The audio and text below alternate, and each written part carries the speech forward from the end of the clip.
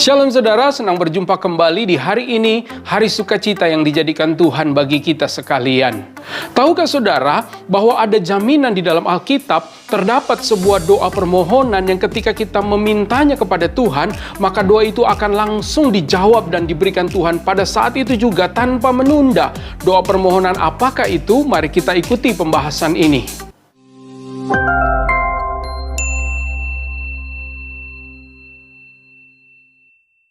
Doa yang akan dijawab Tuhan secara langsung tanpa menunda adalah doa permohonan kita untuk mendapatkan hikmat dari Allah. Tentu kita telah memahami pentingnya memiliki hikmat dari Tuhan, sebab Tuhanlah satu-satunya sumber hikmat, dan sebab hikmat Tuhan itu adalah kuasa Allah yang akan membawa kita pada pengalaman-pengalaman hebat bersama dengannya. Kapan kita membutuhkan hikmat? Jawabannya, pada saat kita khawatir dan takut, pada saat kita bimbang dan bingung, pada saat kita tertekan dan terbelenggu, pada saat kita lemah dan teraniaya, pada saat kita mengalami sakit bahkan luka hati.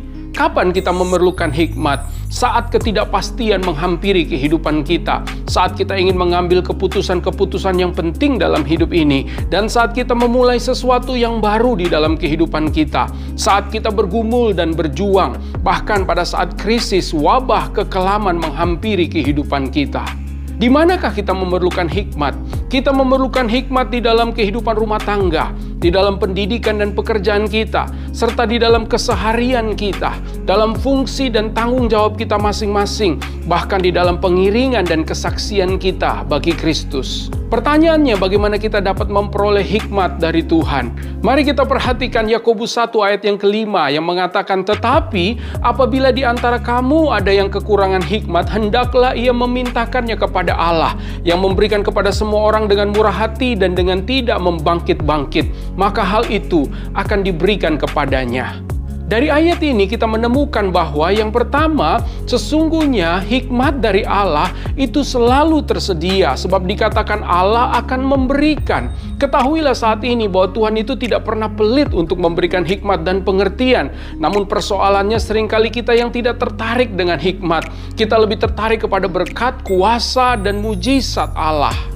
Mari renungkan saudara, apakah yang menjadi doa dan permohonan saudara selama ini? Tentu tidak salah untuk memohon berkat dan mujizat dari Tuhan. Tetapi sadarilah, mungkin saja begitu banyak berkat dan mujizat yang telah kita dapat dari Tuhan, malahan telah membuat kita melupakan Tuhan. Bisa jadi kita telah melupakan Tuhan ketika kita diberkati Tuhan dengan kesehatan, promosi, kekayaan, dan keberhasilan. Kita telah menghabiskan semua berkat dari Tuhan hanya untuk kesenangan kita dan kesia-siaan kita belaka.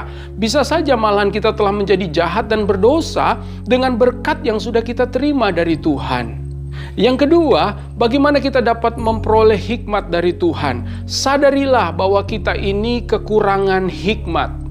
Hal ini penting saudara. Ayat ini mengungkapkan bahwa meskipun hikmat selalu tersedia, tetapi Tuhan tidak pernah memaksa kita untuk menerimanya. Ayat ini berkata, "Tetapi apabila di antara kamu," hal ini tentu dibutuhkan kesadaran dari setiap kita. Ketika kita sadar dan berkata kepada Tuhan, "Saya kekurangan hikmat Tuhan," maka saat itu juga kita sudah menjadi berhikmat. Karena orang yang berhikmat adalah orang yang selalu menyadari bahwa ia selalu kekurangan hikmat.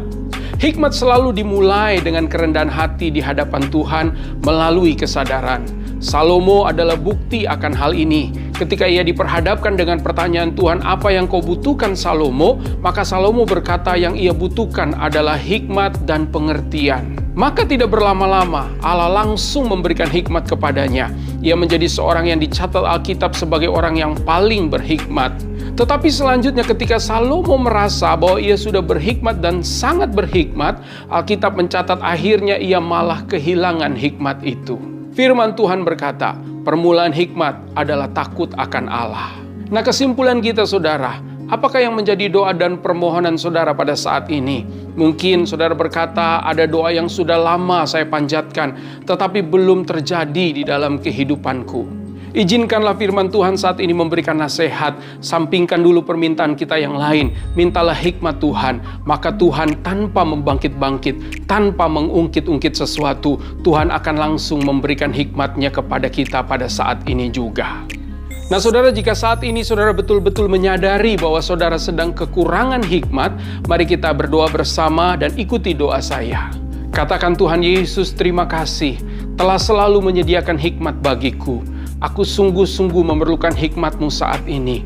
Aku percaya Engkau sudah memberikannya dan aku sudah menerimanya saat ini. Amin. Terima kasih saudara sudah menyaksikan video ini. Mari kita lanjutkan kehidupan kita yang berkemenangan bersama dengan Kristus. Doa saya buat setiap saudara, Tuhan Yesus memberkati. Immanuel, Ia menyertai kita senantiasa.